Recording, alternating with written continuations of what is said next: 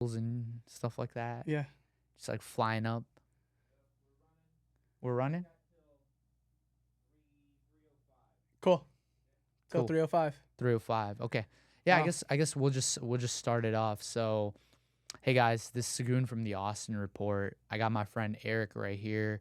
Yeah, and we decided, yeah, we're gonna do a podcast Let's talk. and yeah, let's see how it goes.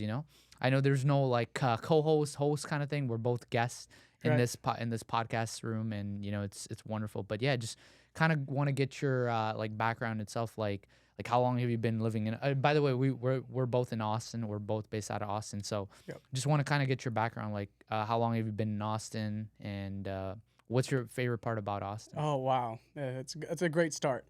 Background from Missouri. Yeah, Found my way to Texas. Been here since in Austin, 2021. yeah, Just dove right in. Was teaching and coaching when I first started. That wasn't making any money, especially living in Austin, which is so expensive. Yeah. I decided to leave that and jumped into sales and entrepreneurship. And then Got here it. we are. and here we are. And what was your last question? You asked me. What's your favorite part about Oh, Austin? favorite part. Okay. Oh, that's such a loaded question. The comedy here is incredible. Like if you like comedy and you like it to be raw, and, Yeah. people are bombing, people are crushing, people are rising quickly. The comedy's great. And then I think second is coffee. Coffee. I used to hate coffee, and then I don't know what happened, but everything turned, and I just love coffee. And then here in Austin, coffee's just blowing up. Yeah. So Coffee. Austin's, I believe, in the top three for Yeah. for coffee. I actually read that on the Austin Report. Yeah. Shout out to Yeah. the Austin Report. Man. But yeah, so definitely comedy and coffee. Comedy and coffee. What would you say is your favorite coffee shop? Oh, okay. I got to give a shout out to the boys at Desnudo. Desnudo, All right. yeah. One of the owners, Sergio, he's the man. And I think second, it's either Cosmic or Radio. But the thing about Radio is they have a food truck named Briskets right beside it. And there is nothing better than having one of their sandwiches. And it's like a brisket filled with jam with a coffee from there, whether it's a latte or an iced coffee or whatever you like. It's just an incredible combo. No, that's amazing. And I would say, like, kind of in your journey moving to Austin and you doing all these different kinds of stuff, it's clear to see that you have an entrepreneurship mindset itself. Like, I want to know, like, what drives you to kind of go in this entrepreneur path itself. Oh, 100%. So I actually used to be a PE teacher. Shout out to every PE teacher out there. They're hustlers. Yeah. What I found myself with a lot of time. I found myself with a lot of time, a lot of energy, and just thinking, gosh, I need to be doing so much more. I felt disconnected from the community, and I was just like, how can I get back into it? And I need to make more money. I Yeah. need to be able to survive. Of course. And at the time, just with a past relationship, living paycheck to paycheck, it's not fun, especially as a man. And Yeah. you feel like you're not providing. You're like, man, I got to make more money. Like, Yeah. I just somehow have to do it. That's when I started saying, okay, I need to start betting on myself. And when I started betting on myself, diving into entrepreneurship, diving into the sales world, that's when I started like learning like who I was. That's when I found leadership, and we just kind of went from there. We started growing a company, started meeting a lot of locals, and one thing led to another, and worked for another company, and now here we are today. That's awesome. So right now, I guess, what do you do right now? in terms- Yeah. Currently, I'm in construction sales. And so what that means is I do sell roofs. There's a lot of people in Texas sell roofs. There's a lot There's of a people. lot. You throw a rock, you hit a roofer, right? So I sell residential roofs and commercial roofs. We do construction as well. We like commercial remodels, so like tenant improvement build outs. Yeah. We like that. And then we have a pool builder. He's been building pools here in Austin 19 years, I think. It could be 20, but I'm pretty sure it's 19. So we have different, avenues that we can take it in. And then on the side, I'm currently building a CRM. So having a lot of fun there. No, that's awesome. And for you, like, what made you get into roofing itself? Like, what was something unique about roofing that you thought yourself, like, I would be a good fit? Well, you probably wouldn't know it, but I used to be one of the solar guys. And by that, I don't know if you know a lot about the solar guys, but they are ruthless. Yeah, they're ruthless. They're I ruthless. know. Like, I cut my teeth in solar. Like, I banged doors. I did it for let's see, 3.5 years, I believe it is how long the time frame was, maybe 3 years, right on the money. But that's where I cut my teeth, and I learned sales 101. I was running a setter team, Really? just a bunch of door knockers. At the height, I think we had like 25 something or 25 to 30 people, and so I just training sales reps day in day out, making trainings, traveling across the country. That was like such a fast environment, and when the company I was with and when things started to go downhill, I was just like, I need to sell something where it's a need Yeah. and I don't have to do as much sales. And it's also, decent commissions. And Decent so commissions. that's Yep. how I found my way to roofing. And before you know it, we're just diving in. I have a truck now, 2-story ladder, and Yeah. we're having a lot of fun. Yeah. And I guess I see you're committed to the grind every day. I mean, you're hustling. I know that you Yeah. have a good, like checklist. You have a good way of structuring yourself. Is that something that like who taught you that, or is that something that you kind of just picked up as you were going in your career? So, I'm from Missouri, okay? And Missouri values, like, I don't want to call my mom out, but I'm going to give an example, Yeah. okay? So when it comes to structure, my mom retired last year. Wow. Nice. Yeah, she retired last year. She told me the first thing she felt bad that she wasn't working.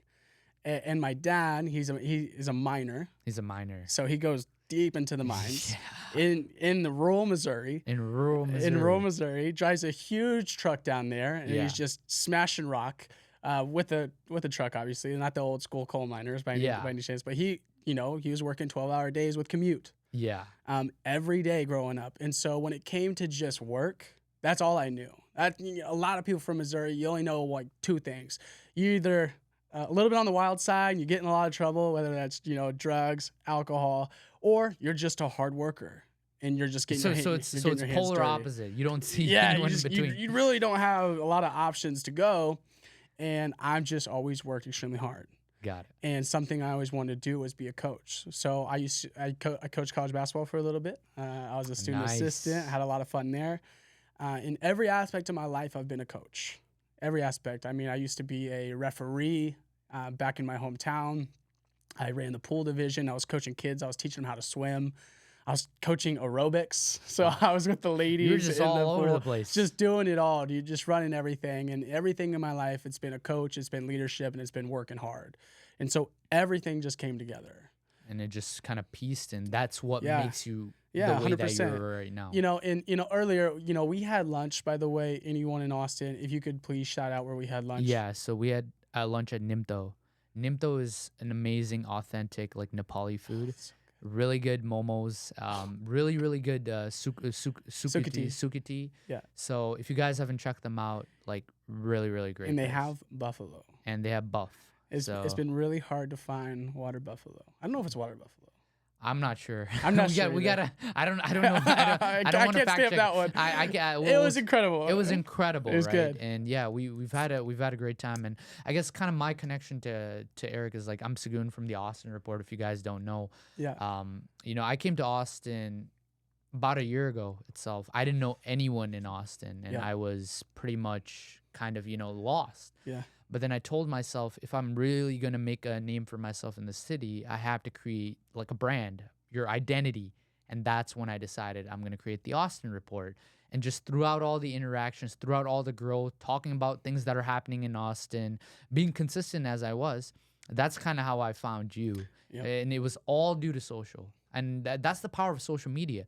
Because without social media itself, I would have never met Eric. And that's what sometimes like with social media, there's good and bad sides to it. But this is one of the good sides to social media because Eric is such a nice guy and he's like very hardworking as well. And I would not have met him if it wasn't through Instagram and things like that. So I guess shout out Instagram. Cheers, brother. Man, Yeah. I don't know how to take a comment. I'm uncomfortable. Yeah. I'm like, oh, dude. Yeah. No, I mean, but Cheers. but you have to take credit for what you're doing as well. And For sure. I guess one of the topics that I want to cover is something that you always preach all the time, which is the giver's mentality. So what do you think about that, and can you explain that more in detail to Yeah. the audience?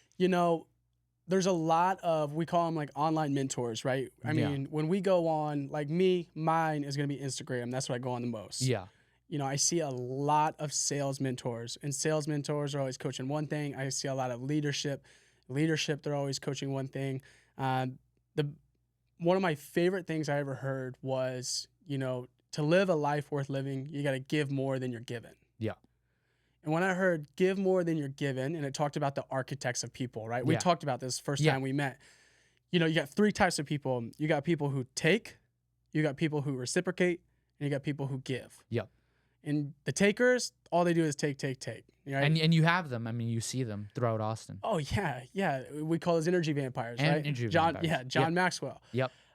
You got people who reciprocate. They only give when they're given, and that's not bad. That's not bad. We're on That's the the right most track. that's the most common Most one. common. But when you really find the people you're looking for and the people you connect with and the people that are worth growing, they're always giving more than they're given. Like they feel empowered, they feel fulfillment when they're giving, when they're connecting. And so, Unconditionally too, without unconditionally. expecting anything back. what a hard thing to do. It is hard. What a hard thing to be like, man, I'm giving this much and I don't get it back. But I think that is so selfless Yeah. and such a good thing to practice. Like, what a strong, powerful thing to resonate with is, man, I'm going to give more than I'm given. Yeah. And in this, like, I guess, U.S. kind of society, capitalism and things like that, it's not really encouraged. I mean, from what we see ever since we're young, like, make money, do whatever it takes to make money, all Right. this. You don't see whenever you give something to someone, people are shocked Oh, because yeah. they don't get that, they don't get that treatment. Right. So to being shocked just shows you what kind of a culture and society Yeah. that we live in, that we don't have enough givers in this world. Right. So conditional. So conditional itself. And I guess I want to, like, recently, Eric knows this, is like we started a club called the Austin Report Doers Club, and we want to kind of portray this message itself of just giving back to people without unconditionally, without expecting something back. So that's something that we started, is the Austin Reports Doers Club. And if you guys can check it out on socials, Austin Report Doers Club. That's the handle. You guys can kind of follow our journey of, we'll have, people from the community that we're giving back. Mhm. We have individuals. It's a very exclusive club as well, where it's capped to only people that really care about giving back to other people, right? So it's not like other organizations that I've seen where it's all about transactional. You do this, you do that, you do this, you do that. It's all about being selfless and really helping and genuinely helping people, because we don't have enough of those people in this world. Right. So And, if anyone's listening, something I think you guys should resonate with is we're so outcome driven. yes. Everything we do, it's outcome. And something I learned recently is you'll never be happy with an outcome. Yeah. That outcome's only going to, the goal line's going to be pushed back, Yeah. right? It's going to be extended. All the time. And there's always going to be outcomes we're chasing. There's never not going to be outcomes. And I think that when you start getting into a giving mentality, you start to appreciate the process more. Yeah. And that brings me to the second thing I heard from actually a coach once. He said, marry the process, divorce the outcome. That's powerful. And then in the process, what I really realized is, man, I'm not a part of the community, and I want to be a part of the community. Like, that's the process. Like, I need to be giving more to the community. And so my favorite thing to do, Austin, is, I do a lot of networking Yeah. and meeting with, individual groups. My first thing I ask them is, how can I help you? Yeah. What community events are we doing? If I have time and I'm available and I'm not working, I'm there. Yeah. Like, you can count on me. Yeah. Like, Sunday, Saturday, I'm going to be there. Yeah. I'm going to take my significant other. We're going to go there. We're going to have a good time. And we're going to give back to our community and be part of our community. And that's been the most empowering thing, just because of, your connection with one another, the people you meet. Yeah. It's just so powerful. And I guess another thing to add is, how does that make you feel once you start giving to other people itself? Sometimes I think that I'm actually more selfish because the more I give, because I think I enjoy that more than I like helping myself. Like, Yeah. it kind of feels like, we talked about this. It kind of feels selfish to Yeah. live in that Yeah, mindset. exactly. Like, am I doing that for me? The way it makes me feel is incredible. Yeah. The reason why I always chose leadership in sales is I remember, I always tell the story. One month I had one of the best months I ever had in sales. I mean, I did absolutely incredible. And I was Yeah. a manager at the time, and I had a team of about 15 people. 15 people. Yeah, about 15 people. And I just blew everyone out of the water. You were just that guy. I was that guy that month, and I was living on a high. I was feeling so good. Yeah. I turned around and I almost lost all my team. And the reason why I almost lost all my team is I worked for myself. Yeah. I neglected them. Mm-hmm. I didn't focus on them. I didn't give them any feedback. And I just left them in the dust. Really? Yeah, and then So you had that personality before, and it was that shift.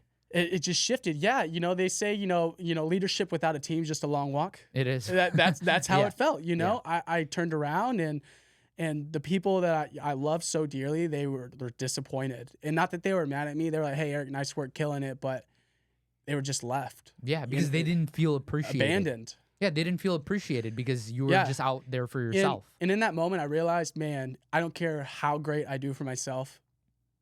There's no other feeling than helping others. Yeah. I just proved to myself that I killed it, and I probably had my best month in sales, and that was the most unhappy I've ever been. And I was disappointed in myself, and I sat them all down.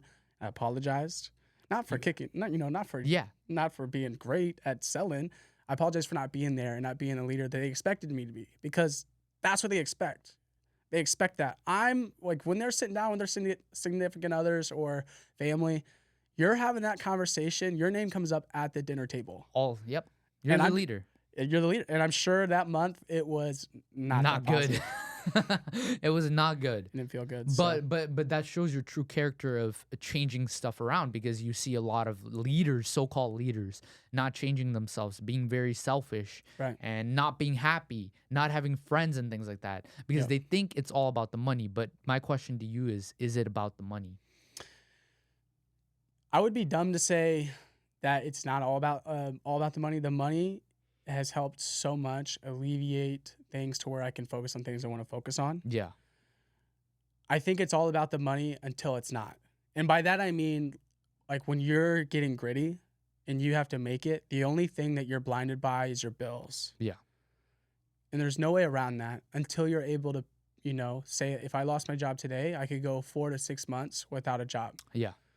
And I think that what happens is, as you start to make more money, it's just going to expose who you are as an individual. Yeah. Like, if I am a selfish person, I'm going to be more selfish with more money. Of course you are. If I'm a selfless person, I'm going to be more selfless with more money. It's just going to elevate who I am as an individual. And so what I've kind of understood is, after a certain amount of money, it really doesn't matter as much. It's kind of what you're doing with your money. There's two skills,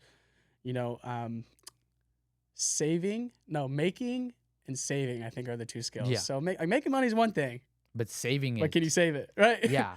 It's like climbing a mountain, but are you going to stay on top of that mountain? 100%. So I would say, like, the first part of your journey is always getting out of the fog and making that money. Yeah. And I think the second part, that's where you start to really learn who you are, because you have a little bit more clarity and you're able to actually think about, like, what's going on? What am I doing with my life? Is this something I want to do for the rest of my life? Is this the journey I want to take?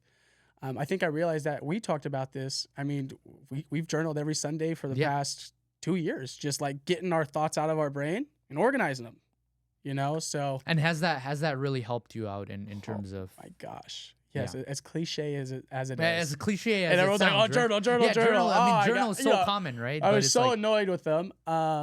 It's not that that's the reason why I make more money, but for anyone who shares a brain like myself, I'm going 1,000 miles an hour. Yeah.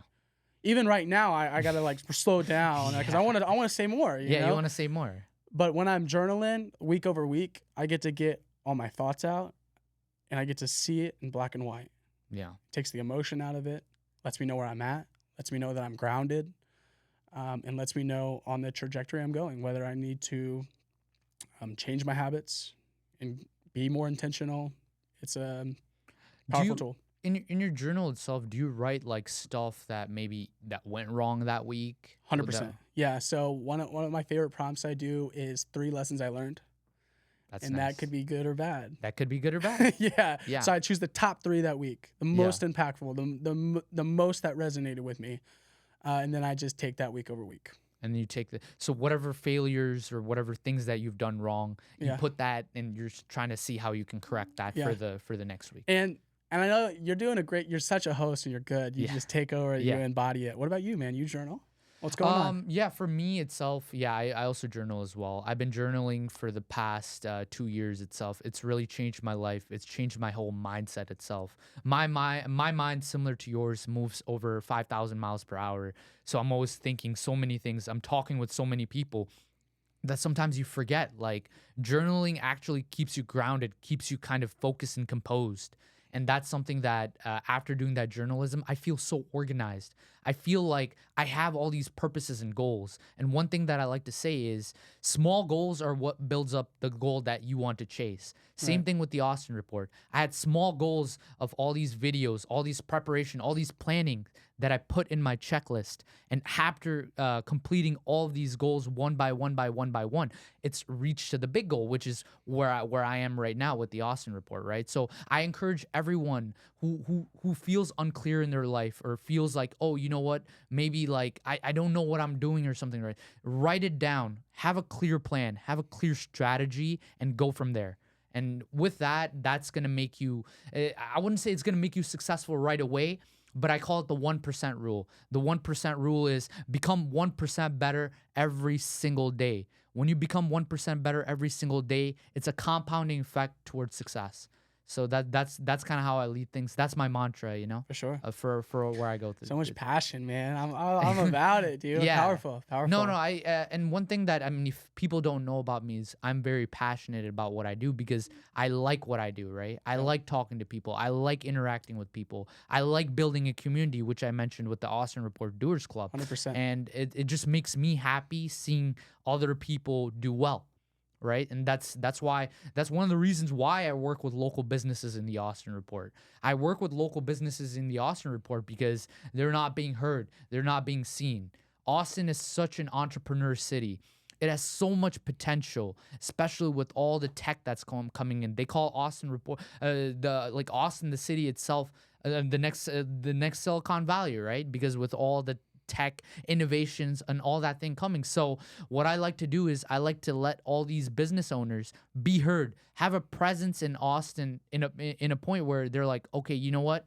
Other people know who I am. And by doing all these business spotlights that I've been doing so far in the Austin Report for about a year now, people know all these different places like chocolate shops, like Hmm. moving companies, all these different kinds of things. So I just like to say this is what I love to do, and I want to continue doing this as long as I can. Just for the love of it, and just helping them grow because seeing them happy makes me happy, you know?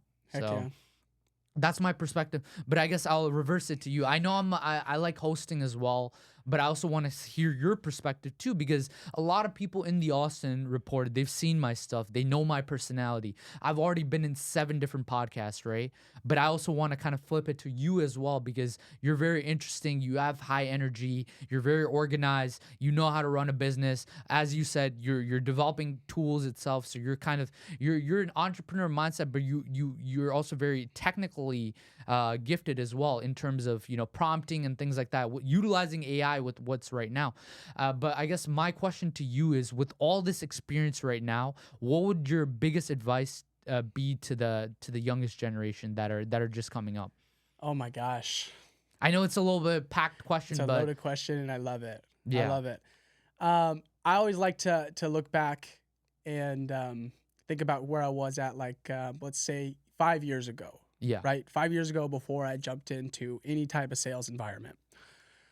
Sales, it's not for everyone, yeah, but for anyone who's young and entrepreneurship minded, I think the best thing you can do is think about, how can I get full exposure? And by full exposure, I mean whatever it is that you want to chase, you need to be able to swallow your pride, swallow your ego, yep, and dive in. Because, for instance, if I'm here yeah, and I go, I'm about to dive into this decision and I don't, I'm stuck in the middle. I'm yeah, stuck between my fears of not diving in and what happens if I do dive in. And if I'm being pulled in each direction, I'm in the middle, nothing's getting done. And so I can't predict the amount of skill you're going to have, but something that is not coachable is your grit. Like, I used to be a coach, yeah. and the worst thing was when you had the best athlete who took advantage and didn't work hard. Yeah. Like, have grit, have an open mind, be coachable, and just dive in. Talent only gets you so far. Hmm. Hard work beats talent when talent doesn't work hard. That's very powerful. And that's something that I guess I can pitch in as well to the younger people. I'm also young myself, but I've kind of lived through things. I've met with a lot of people. It's all about hard work. It's all about consistency. Consistency is key. Like I already mentioned, try to become 1% better every single day. That's the mantra that I live all the time, because if you can get yourself to being 1% better than you are today, what kind of a person will you be in 1 year? That's 365% better in 1 year. So that's the mentality that I go by, and that's what I want everyone to strive towards, Yeah. And I will be a resource to you. Like if you guys have any questions, feel free to hit me up in the Austin I agree. report. And I know for you itself, your Instagram is what's your Instagram? Let's see if I can remember it. It would be an E dot Wood WOOD Yeah, dot 113. 113 at E Instagram. Wood 113. And that's how I met Eric. Yeah. Like we just had our first conversation and we just kind of kicked it off, and now we're sharing so many ideas. We're helping each other, but Yep. we're also having that giver's mentality, because whenever I talk with Eric, I always have that mentality. I'm like, you know what?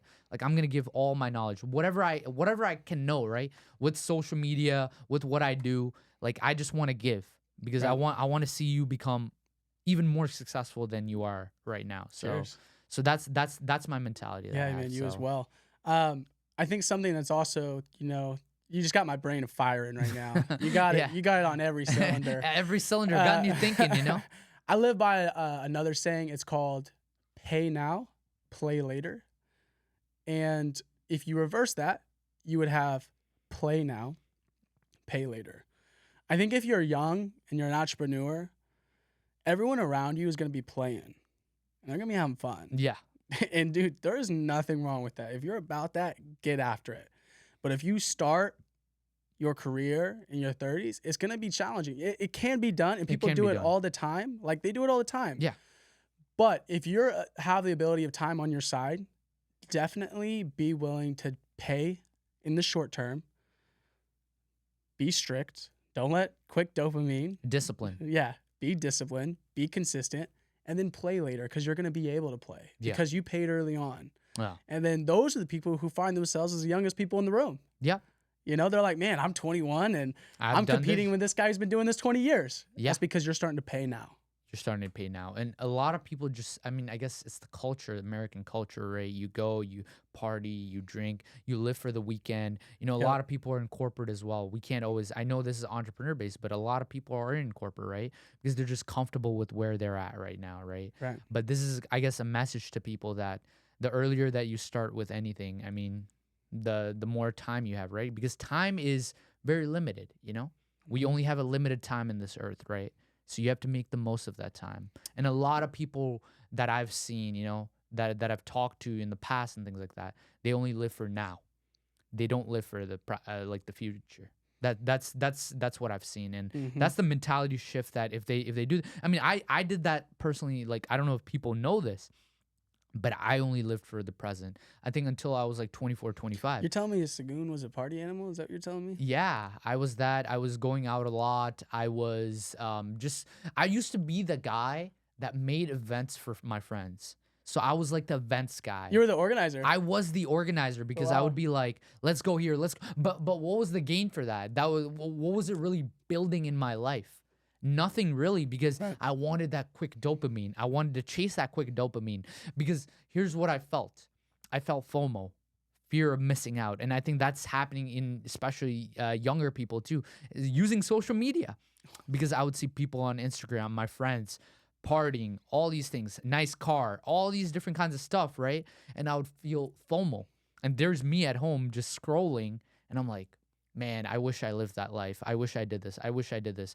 So then I'm like, no, you know what? I'm going to go ahead and I'm going to be the events organizer. I don't care what's going to happen in the future, but I'm just going to do this because it makes me happy now. But just by doing that, I got crashed by like a brick wall, because I realized I'm like, where am I going in my life? Am I really helping myself? No. It was just quick dopamine that I got, and that's it. Because you forget the next day. People move on the next day. I used to impress people trying to get like cars and stuff. Like I got at that time in 2020, I had a Dodge Charger V8 because I wanted You to. drove a Dodge Charger Yeah, V8. yeah. And because I Wow. wanted to impress my friends, and you don't even know this. I wanted to impress my friends because I was like, you know what? I want them to like me. I want them to see me as the cool guy and stuff like that. But after a month, no one really cared. It was Right. just another car. It was just another thing. So that's something that I've learned throughout. I guess it's the matter of life. Some people realize it very early, 18, 19, 20, or some people realize it a little bit later in their career, which is like not career, but I guess the stage of life, which is Right. 24, 25. Some people might not realize until they're 40, 50, and Hmm. that's why they're working until they're 70 because they're like, I wish I knew this when I was earlier. So I would say kind of in the mid stage, like 24, 25, I'm like, I should not be doing this. And that's when I completely changed myself. I really just read a lot of books. I listened to Alex Hormozy, which is still one of my, inspirations Yeah. kind Online of. mentors. Yeah, online mentors. And yeah, it just changed my whole philosophy. I also changed my entire circle Yep. because the cliche saying, you are who you surround yourself with. The 5 people that you're with are probably the ones that helps define who you are. Right. And I changed my entire circle. As soon as I moved to Austin specifically, I'm from Michigan. I lived there almost my whole life. As soon as I came to Austin, I changed my entire circle because I didn't know anyone. Boom. That even changed my whole mentality. That made me even more fired up. So that's the kind of thing. And I don't know, like I guess I want to ask you as well, kind of growing up, did you have a good circle of people that you were with, people that motivated you, or did you have people that were kind of lazy or something like that, or what kind of things did you have? I think it was a little bit of both. Both. Okay. Okay. I had a friend group that was from a small town and they were a little bit wild. And I was the calmest one in the group. Yeah. I was the calm one. I thought they were fun. They're still good guys Yeah. to this day, good people, but they were a little bit wild. And I had another friend group who was kind of really chilled out. And so, believe it or not, I actually didn't have a lot of any entrepreneurship aspirations at all. Really? My growing up, I always had a running joke. I was telling all the coaches like, "Hey, listen, as soon as I graduate, I'm gonna get my teaching degree. I'm gonna come back and I'm gonna be a coach here at this small town Really? in Missouri." Yeah, that was it. I was like, this is what I'm gonna do. I'm gonna be a coach here. I'm gonna run the basketball team, and I'm just gonna create a legacy. Like I had no aspirations of, or probably I didn't have even the idea of making good money because I didn't see it. You don't have a lot of entrepreneurs No. where we're from. I didn't see it. I wasn't surrounded by it, It and was a so small town too, right? small So town, yeah. So the vision was I'm just gonna be a badass coach. yeah. That was the That's vision. it. That was my aspirations. Yeah. And when I got to college, I met people from all around the world. One of my best friends is this guy from New Zealand, 6'8" New Zealander. Yeah. He started really grilling me about perspective and opening up my perspective. And I started meeting people from one of my good friends was on the Mexican Olympics. Oh, it Really? was really cool, really good guy. I have a Mexican jersey somewhere in my house. It's like an Olympic jersey. It's really cool. Nice. I met people from Spain. I started to broaden my horizons, and the people close to me in college, those are the ones that ended up being to this day some of the best salespeople I know. One of my roommates, he's in Illinois, and golly, he's running his own roofing company, Really? and it is huge. I mean, he's doing a roof a day. I mean, I don't know how much money he's making, but A whole lot of money. probably a lot more than anyone around him.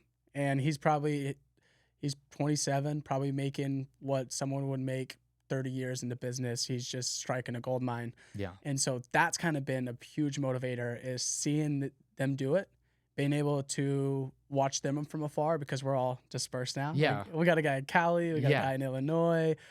But we that's got- life. but that's life. And so I think my motivation came late, but I'm glad when it hit because I realized I was in a position where something needed to change. Got it. And I guess to ask you another thing, I think this is really, really important is what are in life itself, right? Let's say hypothetically you're 65 or 70. What would you say your goal in life is? You know? Oh, this is I know this is a no, this it's a is deep question. It's a deep question. I'll tell you something that happened recently where I was like, this is it. Yeah. This is everything. So my grandfather is in his 90s. 90s. And Wow. all the cousins, they're from California, some in Missouri, Yeah. and then me in Texas. We all came and surprised him on his birthday.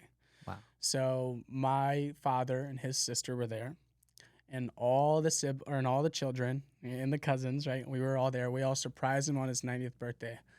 And I remember that after we sang him happy birthday, I saw my grandfather cry, and I remember saying, like, this is everything I've ever lived for. Like, seeing a 90-year-old man who's done everything in his life and someone I've always looked up to, like a grandfather, and I was like, man, this is such a good man. And to see him be in that moment of just like, this is it, like I did it. Like he wasn't regretting anything in that moment. He Wow. may have his own regrets, right? Yeah. But in that moment, he was grateful and he was happy. And it was so impactful. And I was like, wow, he has everyone he wants in a room, everyone he needs in a room. Everyone's there for him. His whole family's there for him. No one fell out. No one hates each other. Like Really. what a What a wild thing. perfect kind Yeah. of scenario. Yeah, what a rare thing, and every family has problems, Yeah. right? But everyone being in the room and he's seeing his gratitude and how grateful he was, and he's just like, this is everything I've ever wanted my whole life. And it was there.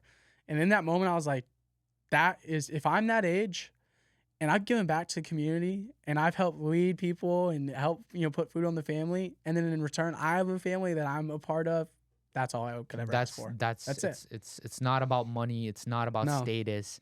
It's about Yeah.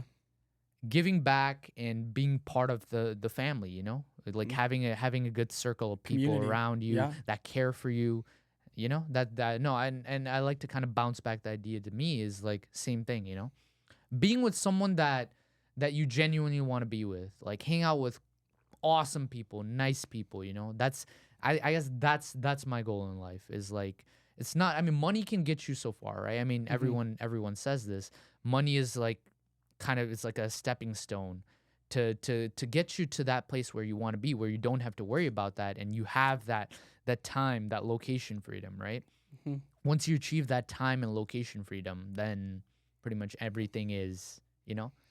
it's all about just giving back and like helping other people achieve their dreams, right? Yeah, and I think as, anyone that's in any entrepreneur role, like, it is a lonely journey. It is a lonely journey. And so like finding those individuals, whether they're friends or family, but finding those individuals that you can bond with, that you can have in your, ecosystem that provides support and direction, like those are such rare finds Yeah. for entrepreneurs, because as an entrepreneur, like, your brain doesn't turn off. Like if you're a 1099 worker out there, your brain does not turn off because you got to pay the bills. You And have it's an to pay the entire eat what bills. you kill environment. Yeah.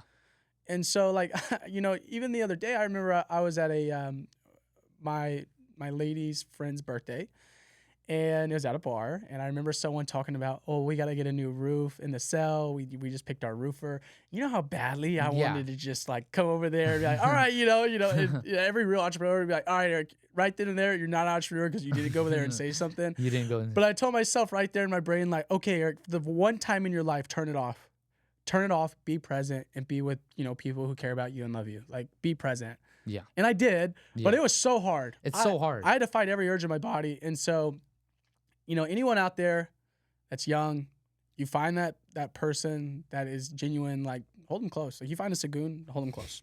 Yeah, I mean, same with you. You find someone like Eric and things like that, and that's what I want to build in Austin, right? I want to build a good group of people that have that same mentality, and I'm saying that anyone can change, right? It's just putting your mindset to it. You just have to realize that you are in kind of like a loop, I like to call it the matrix. You're kind of wired like doing a certain way, like I've already said, party, all this thing, weekend, only living for the weekends and stuff like that. But you can change. It's gonna take some time. It's a habit, right? Mm-hmm. It's a habit. You form that habit once. I believe it's said that once you do something for, I think, 30 days or something like that. I don't know if that's true. I'm not going to pretend to know, but I think Yeah. you're right. Yeah, I think the Atomic Habits, right? Yeah, the 100%. the book is, I believe it's for 30 days. Once you do that, then you form that habit. So why not, change your life and like we talked about, journal, Reflect. I think reflection is such an important thing in your life because we're moving so fast, we're so busy, we're doing a million different things that we don't think about ourselves. We Right. don't think of what should we do and what should we not It's do, because we're not right? marrying the process, We're man. not marrying the process, right? And Right. then another thing that we discuss that I like to say is take care of your body as well, because that's another thing that a lot of people, even entrepreneurs, I'm not like even the most successful entrepreneurs and things like that, right? They might be grinding like crazy, working 70 hours a week and things like that, but they're not taking care of their body. They're not even going to the gym for 30 minutes a day or, a couple times a week or something. They're not because they're like, I'll do it I later. don't have I'll do it time. later. I don't have time. I don't have time. Obviously, they're working hard. They're great people, but they're not taking care of their body. Yep. So, That reminds me, one of the most profound things I ever heard was, I was punishing myself because I wasn't hitting the golf course. I wasn't golfing. I was punishing myself. Like I didn't earn it. Or, I wasn't in the gym and I was telling myself, oh, like I don't have enough time. And I think I remember someone telling me once, I wish I remembered who it was, but they were like, hey, Eric, as soon as your health is out the window, nothing else matters. yeah, They're like, nothing else matters, man. nothing Like, else matters. what happens if you're sick? What happens, you do everything you can to get better. Yeah. Everything in your life is on pause. Yeah. Until you're back healthy again. Yeah. So in terms of longevity, I mean, you couldn't have said it better. Yeah, and the thing is, I mean, you could avoid that whole situation by spending some time for yourself, right? Another thing with entrepreneurship that I've realized is I work so hard that I get burnt out, but I still want to push myself, but it's like it's no, just don't do that because you will wear out your body. Your creative juice, your creative mind is going to not work at that time. So actually spending time with family and friends is good as well. Yep. I'm not saying don't do that and just work 24 hours. We're not robots, we're not robots. Spend time with your family, spend time with your friends, go play sports if you play sports, go do this activity, go do that, right? Do what you enjoy because it is still life, right? Right. And you are working towards a certain goal of maybe making enough money where you don't have that thing and you're just giving back. But still, while you're making money, don't forget that this is still life. Right. Right. Exactly what I said just a second ago. I was punishing myself for golf. Yeah. I remember the old CEO of my company sat me down. He goes, stop punishing yourself for golf. That's the only time you give yourself. Hit the course. Hit the course. He was like, hit the course. He goes, I don't care if you're not making money. Well, obviously you gotta be able to pay for your golf rounds. Yeah, right? yeah. He's like, if you're not hitting your goals, he's like, but do the time, spend time with yourself, take care of your mind. Yeah. And that brings me to my next question. So, Goon, all these people see you posting 24/7. Yeah. You work a lot. What do you do to take care of yourself? So I play soccer. I love playing sports. That's one thing that kind of de-stresses me, kind of gets me out of my, working habits itself, because I get to connect with some of my friends that are there. I get to run. I get to just play a sport that I love, right? So that's one of the things that I used to decompress. Another thing that I like to decompress is music. Music is so, What? yeah. I listen to music like EDM, like hip hop and things like that. So Wow. I'm big into music as well. I used to listen to more music. I got to start listening back into more music. But I still listen to music like here and there while I'm working, and it like dials me up. Like when Yeah. I'm working on the background, put like an EDM drop. Yeah. I'm just like hyped and pumped. That's another way that I get motivation. I have high energy, but sometimes I'm like, man, I don't want to do this.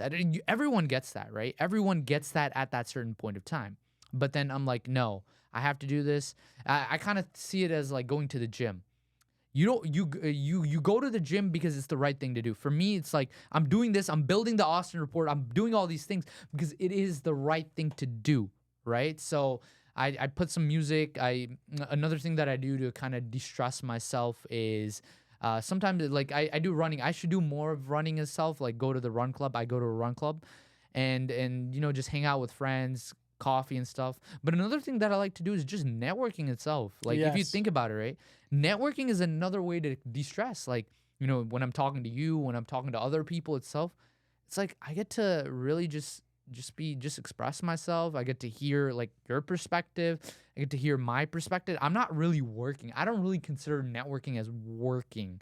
Like I know it says networking, but for me, it's not about that. It's connecting with other people, right? Right. So my question to you with that is, how do you like get along with people? Because you have a lot of connections.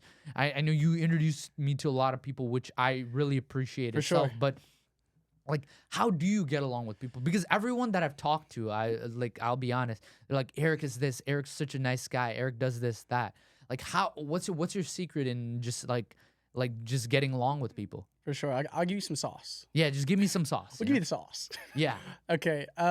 One, you gotta really enjoy people. yeah. That's number one. That's the most common. Okay. Like I love laughing with people. Yeah, That's why I love comedy. yeah, I love laughing. Even if they can say some outlandish stuff, I yeah, just love their boldness. yeah, I love their ambition, their drive, yeah, their courage. yeah, It's so admirable, right? yeah, One, I love people. And two, I'm interested in people.